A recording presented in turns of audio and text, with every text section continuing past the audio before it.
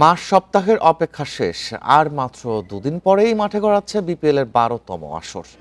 এরই মধ্যে প্রস্তুতি শুরু দলগুলোর। প্রতিটি ম্যাচেই ভালো খেলার প্রত্যয় নোয়াখালী এক্সপ্রেসের ব্যাটার মাহিদুল ইসলাম অঙ্কনের। বোলিং বিভাগ নিয়ে নির্ভর চট্টগ্রামের কোচ তুষার ইমরান।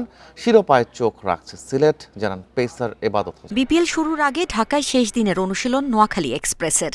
নতুন এই দল নিয়ে বাড়তি আগ্রহ রয়েছে ভক্তদের।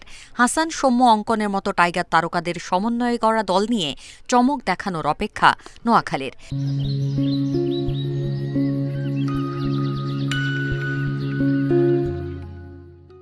টুর্নামেন্ট শুরুর আগেই ফলাফল নিয়ে চিন্তিত না হয়ে ভালো খেলায় মনোযোগী থাকতে চান মাহিদুল অঙ্কন। সবারই লক্ষ্য থাকে যে চ্যাম্পিয়ন হওয়ার, কিন্তু আমার কাছে মনে হয় যে আমরা ফার্স্ট থেকে অ্যাজ এ টিম হিসেবে কতটা গুছানো ক্রিকেট খেলতে পারতেছি, কতটা সবাই পারফরমেন্স করতে পারতেছি, সেটা ইম্পর্টেন্ট রাদার দেন ওইটা নিয়ে বেশি চিন্তা করা।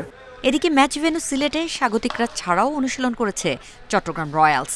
সিলেট পেসার এবাদত জানান, পারফর্মার ভরা দল নিয়ে দুর্দান্ত কিছু করতে চায় সিলেট। মিডল অর্ডার ব্যাটিং নিয়ে কিছুটা দুশ্চিন্তা থাকলেও বোলিং নিয়ে নির্ভর চট্টগ্রাম কোচ তুষার ইমরান।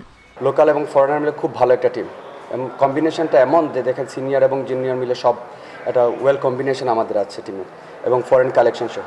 আমাদের হয়তোবা মিডল অর্ডারে একটা ল্যাকিংস আছে, এই জায়গাটা ফুলফিল করার জন্য আমরা বাইরের ফরেন প্লেয়ারদের সাথে কথাবার্তা চলতেছে still.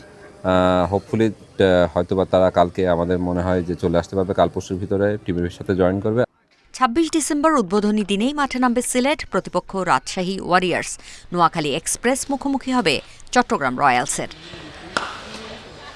Farida Bakhtiara, Independent news.